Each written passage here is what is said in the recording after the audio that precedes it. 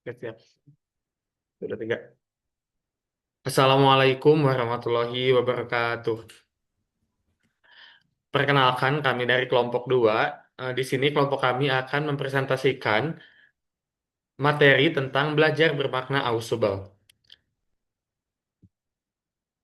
Dengan anggota kelompok, ada Amelia Horyunisa, saya sendiri Muhammad Amin Abdullah, Muna Amalia, Naila Agnia Revanti, dan Najla Tahira. Mungkin untuk selanjutnya akan langsung pemaparan materi yang akan disampaikan oleh Naila. Pertama ada biografi. Nama lengkapnya David Paul Ausubel, lahir pada tanggal 25 Oktober 1918 dan wafat pada tanggal 9 Juli 2008. Ia adalah seorang psikolog pendidikan asal Amerika Serikat yang dikenal sebagai tokoh penting dalam aliran kognitivisme. Ia juga menempuh pendidikan di bidang psikologi serta kedokteran di University of Pennsylvania dan Columbia University. Ausobel ini banyak menaruh perhatian pada bagaimana proses belajar terjadi di dalam struktur kognitif siswa. Berbeda dengan pendekatan behavioristik yang menekankan stimulus response, ia menegaskan bahwa faktor terpenting dalam belajar adalah apa yang telah diketahui siswa sebelumnya. Terus ada juga kutipan terkenalnya yaitu the most important single factor influencing learning is what the learner already knows. Artinya adalah faktor terpenting yang mempengaruhi pembelajaran adalah apa yang sudah diketahui oleh peserta didik. Next.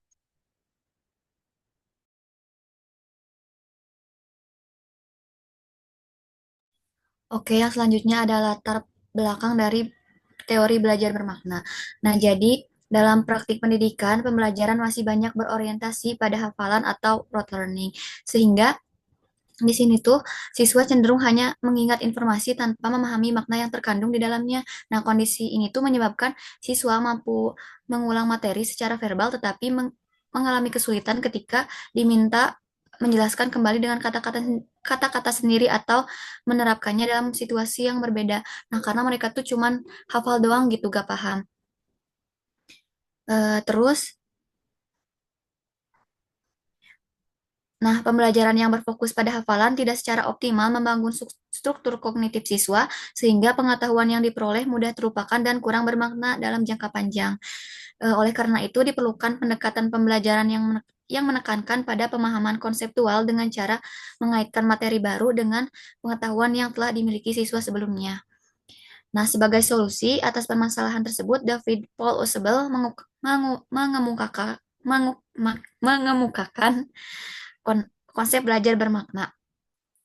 Nah, menurut David Ausubel, pengertian belajar bermakna adalah terjadi ketika manusia menghubungkan konsep baru dengan konsep yang sudah ada sebelumnya. Kemudian perubahan dihasilkan dalam struktur kognitif dan dimodifikasi dan konsep baru dibuat sehingga faktor tunggal terpenting yang mempengaruhi pembelajaran adalah apa yang sudah diketahui oleh pelajar. Next. Baik, untuk selanjutnya ada perbedaan belajar bermakna dan juga hafalan menurut teori Ausubel. Nah, menurut Paul Ausubel ini, belajar bermakna itu terjadi ketika informasi baru dihubungkan secara substantif dengan konsep yang telah ada dalam struktur kognitif siswa, sehingga menghasilkan pemahaman yang mendalam dan bertahan lama. Nah, sebaliknya, belajar hafalan atau rote learning ini tuh terjadi ketika informasi dipelajari tanpa dikaitkan dengan pengetahuan sebelumnya, sehingga hanya tersimpan sebagai ingatan jangka pendek dan mudah dilupakan. Nah, ini juga ada perbedaan belajar bermakna dan juga hafalan, yang dimana ada aspeknya itu ada proses kognitif, kedalaman pemahaman, daya tahan ingatan, dan juga kemampuan aplikasi serta perkembangan struktur kognitif. Nah, untuk belajar bermakna tersendiri itu di tahap kognitif itu yaitu mengaitkan konsep baru dengan pengetahuan awal, sedangkan belajar hafalannya itu yaitu mengingat informasi tanpa pengaitan. Untuk yang kedua itu aspek kedalaman pemahaman. Untuk belajar bermakna yaitu mendalam dan konseptual. Sedangkan untuk belajar hafalan yaitu dangkal dan juga mekanis. Untuk yang ketiga, yaitu ada daya tahan ingatan.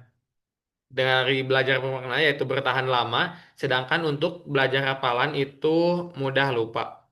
Selanjutnya untuk aspek yang keempat yaitu kemampuan aplikasi. Untuk belajar bermakna itu mudah diterapkan dalam situasi baru dan untuk belajar hafalan yaitu sulit diterapkan.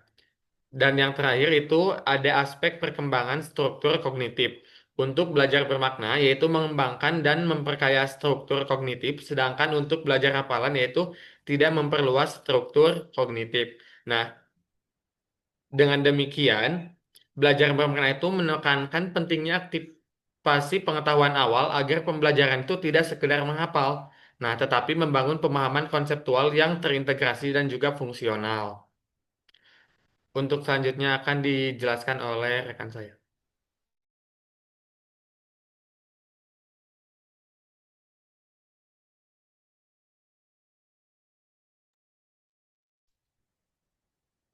Baik, selanjutnya ada langkah-langkah.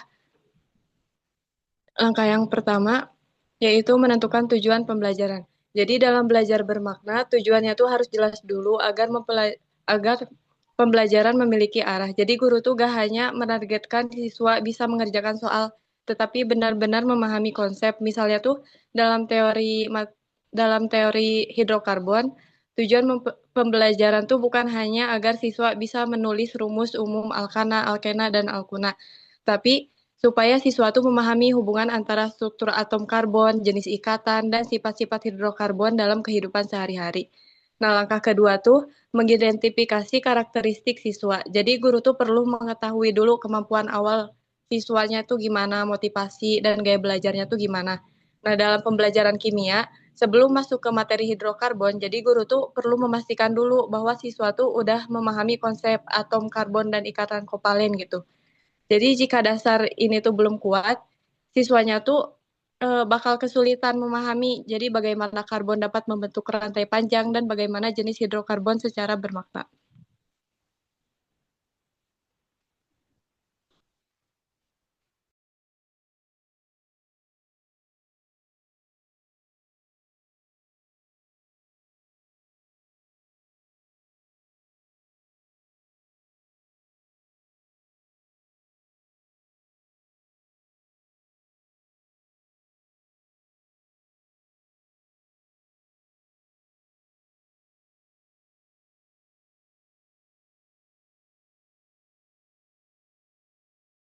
Untuk selanjutnya akan dijelaskan oleh Najla.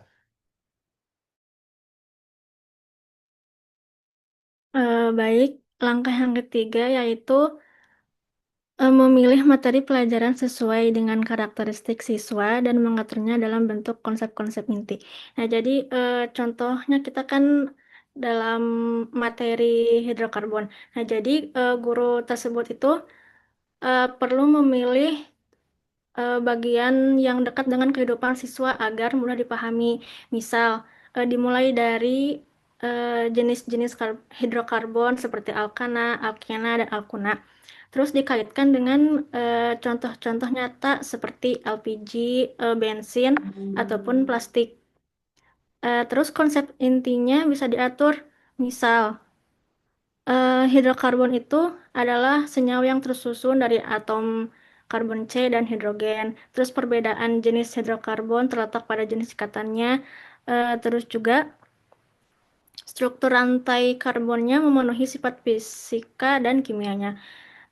Dengan menyusun konsep dari yang paling dasar itu seperti pengertian hidrokarbon, lalu jenis-jenisnya, hingga sifat-sifatnya, siswa itu lebih mudah memahami keterkaitan antar konsepnya.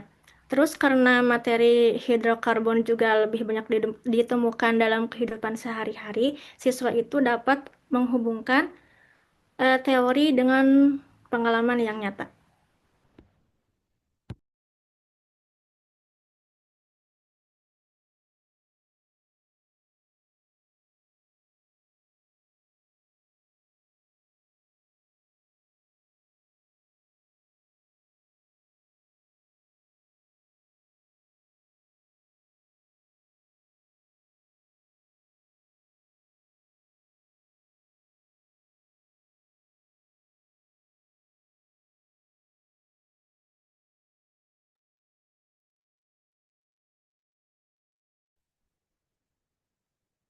baik untuk yang selanjutnya yaitu menentukan topik-topik dan menampilkannya dalam bentuk advanced organizer yang akan dipelajari siswa.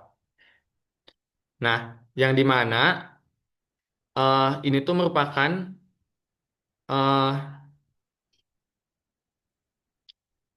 yang dimana ini tuh guru harus mengidentifikasi konsep-konsep kunci yang bersifat luas dan juga inklusif yang nantinya akan menjadi jangkar bagi informasi baru yang akan diterima siswa gitu.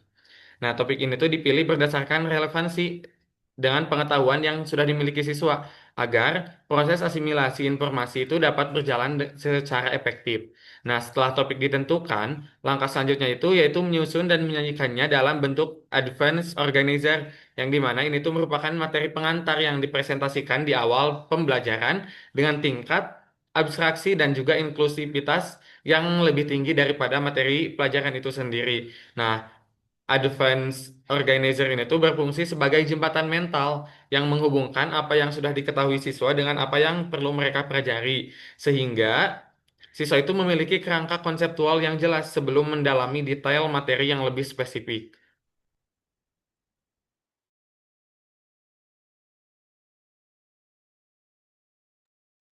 Selanjutnya pada langkah kelima yaitu mempelajari konsep-konsep inti tersebut dan menerapkannya dalam bentuk nyata atau konkret. Jadi pada penerapan ini tuh bisa berupa contoh dalam kehidupan sehari-hari, misalnya latihan pemecahan masalah, diskusi, maupun pembuatan peta konsep.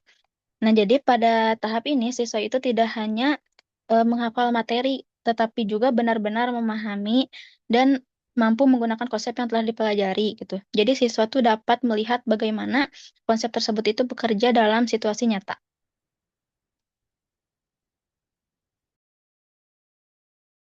Yang selanjutnya adalah melakukan penilaian proses dan hasil belajar siswa. Nah, jadi menurut David Ausubel, melakukan penilaian terhadap proses dan hasil belajar siswa itu, jadi penilaian itu gak hanya berfokus pada nilai akhir aja, tetapi juga memperlihatkan bagaimana siswa dapat memahami dan mengaitkan konsep selama proses pembelajaran berlangsung. Nah, contohnya dalam pembelajaran hidrokarbon, guru dapat melihat apakah siswa mampu menjelaskan kembali konsep hidrokarbon dengan pemahaman pemahamannya sendiri serta menghubungkannya dengan konsep kimia lain dengan fenomena dalam kehidupan sehari-hari seperti penggunaan bahan bakar ataupun minyak bumi. Nah, jadi dengan demikian penilaian tuh dilakukan untuk memastikan bahwa siswa tuh gak hanya menghafal pengertian hidrokarbon tetapi benar-benar memahami konsepnya sehingga pembelajaran menjadi lebih bermakna.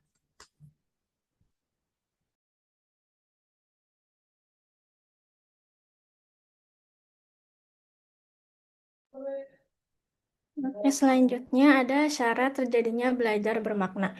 Nah, jadi di sini menurut David Paul Ausubel, belajar bermakna dapat terjadi apabila memenuhi 3 syarat utama, yaitu yang pertama materi bermakna secara logis. Jadi materi di sini tuh harus tersusun, sistematis, runtut. Terus juga disampaikannya dari umum ke khusus. Terus juga konsepnya itu saling berkaitan dan tidak terpisah-pisah. Begitupun mudah dihubungkan dengan pengalaman atau pengetahuan siswa. Yang kedua,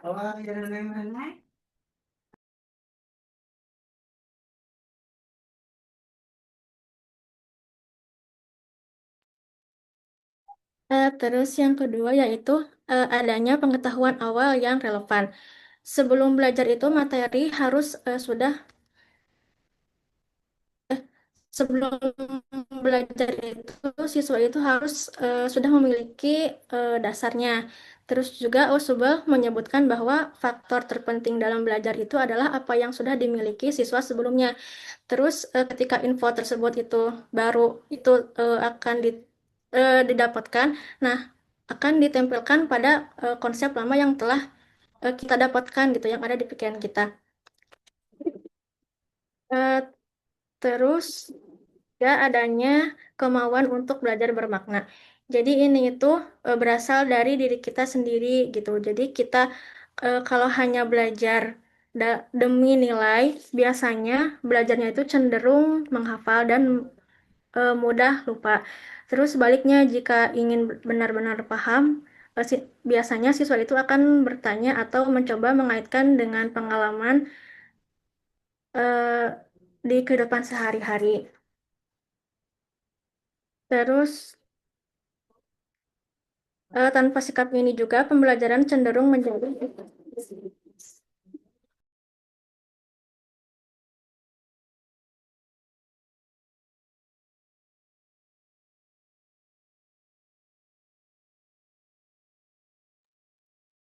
Baik, selanjutnya ada kelebihan dan kekurangan. Untuk kelebihan yang pertama yaitu meningkatkan pemahaman konseptual. Jadi dalam belajar bermakna, siswa tuh gak hanya menghafal, tetapi memahami hubungan antar konsep. Misalkan pada materi hidrokarbon, jadi siswa tuh gak cuma ngapal rumus alkana, alkena, sama alkuna doang, tapi memahami bahwa perbedaan rumus tersebut tuh berkaitan dengan jenis ikatan karbon yang terbentuk, apakah ikatannya tuh jenuh atau gak jenuh. Dengan memahami konsep ini tuh, siswa lebih mudah menjelaskan sifat dan reaktivitasnya. Terus kelebihan yang kedua, eh, pengetahuannya tuh lebih bertahan lama gitu. Karena informasi barunya tuh dikaitkan dengan pengetahuan yang awal. Jadi konsepnya tuh lebih tersimpan dalam struktur kognitif siswa. Jadi dalam materi hidrokarbon, jika siswa memahami bahwa semakin panjang rantai karbon, maka gaya antar molekulnya tuh semakin kuat kan. Nah, maka konsep tentang titik didih juga gak mudah dilupain gitu karena terhubung dengan pemahaman struktur molekul. Kelebihan ketiga yaitu mempermudah transfer dan aplikasi konsep. Jadi, siswa tuh mampu menerapkan konsep pada situasi baru. Contohnya setelah memahami kepolaran hidrokarbon, siswa juga dapat menjelaskan mengapa minyak tuh gak larut dalam air tanpa harus menghafal fakta tersebut. Kelebihan keempat adalah mengembangkan struktur kognitif secara hierarkis. Jadi konsepnya tuh dipelajari dari umum ke khusus gitu. Pada hidrokarbon pembelajarannya tuh kan dimulai dari konsep atom karbon ya. Nah, kemudian tuh pembentukan rantai karbon, lalu klasifikasi alkana, alkena, dan alkuna, dan akhirnya ke sifat serta kegunaannya. Jadi susunan ini tuh ngejadiin pemahaman menjadi sistematis gitu. Kelebihan kelima, yaitu mendorong berpikir kritis dan refleksi. Karena siswa dituntut memahami hubungan antar konsep, jadi mereka tuh akan lebih sering menganalisis gitu dan mengaitkan informasi, bukan sekedar menghafal. Namun pembelajaran bermakna juga memiliki kekurangan. Nah, kekurangan yang pertamanya tuh sangat bergantung pada pengetahuan awal siswa. Jadi, jika siswa belum memahami konsep ikatan kovalen atau konfigurasi elektron karbon, jadi maka materinya tuh akan sulit dipahami gini. Terus kekurangan kedua tuh membutuhkan kesiapan dan motivasi belajar siswa. Jika siswanya tuh hanya ingin menghafal untuk ujian, maka proses belajar bermakna ini tuh gak bakalan optimal. Terus kekurangan yang ketiga tuh membuat perencanaan belajar yang matang. Jadi guru tuh harus menyusun materi secara logis dan sistematis. Dalam materi hidrokarbon, guru tuh harus memastikan urutan pembelajaran yang benar mulai dari struktur karbon hingga sifat dan reaksi. Kekurangan keempat yaitu kurang menekankan aspek sosial dan emosional karena lebih fokus pada proses kognitif individu. Oleh karena itu, dalam praktiknya perlu dikombinasikan dengan metode diskusi atau kerja kelompok agar interaksi sosial tetap berkembang.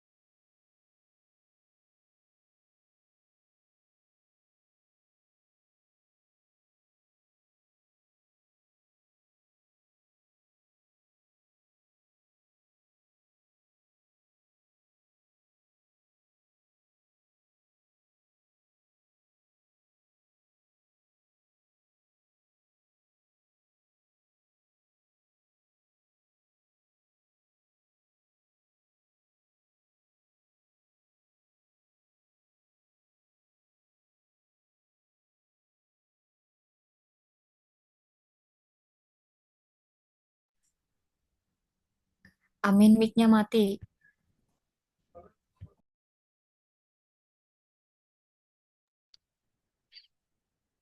Baik, diulang kembali ya. Yang selanjutnya itu ada peran guru dalam belajar bermakna. Yang pertama itu mengidentifikasi dan juga mengaktifkan pengetahuan awal.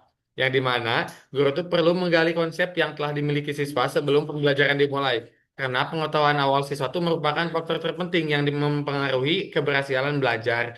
Nah, yang kedua itu harus menyusun materi secara hierarkis dan juga sistematis. Nah, materi itu harus diorganisasikan dari konsep umum ke konsep yang lebih spesifik agar mempermudah proses asimilasi dalam struktur kognitif siswa gitu ya. Nah, yang ketiga tuh harus menggunakan advanced organizer yang dimana guru tuh menyediakan pengantar atau kerangka konseptual sebelum materi inti untuk membantu siswa memahami gambaran besar dan mengaitkan konsep baru dengan konsep yang lama gitu. Nah, yang keempat itu membimbing proses pengaitan konsep yang dimana guru tuh harus mendorong siswa untuk menemukan hubungan antar konsep melalui diskusi, pertanyaan reflektif, dan juga peta konsep sehingga akan terjadi integrasi pengetahuan gitu. Nah, yang terakhir tuh harus mendorong sikap belajar bermakna, yang dimana guru tuh harus menumbuhkan motivasi agar siswa belajar untuk memahami, bukan sekedar untuk menghafal, sehingga terjadi keterlibatan kognitif yang lebih aktif.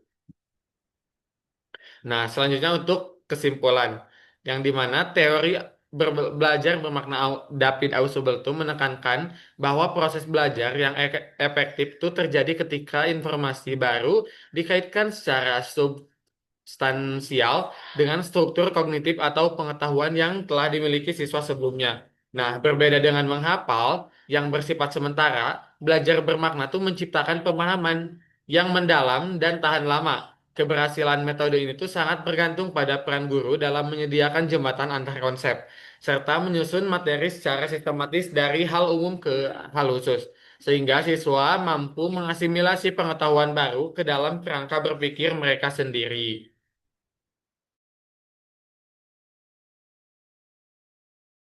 Nah, ini untuk daftar pustaka yang kita gunakan dalam membuat materi ini. Nah, mungkin cukup sekian yang dapat kelompok kami sampaikan. Mohon maaf bila banyak kekurangan. Terima kasih. Wassalamualaikum warahmatullahi wabarakatuh.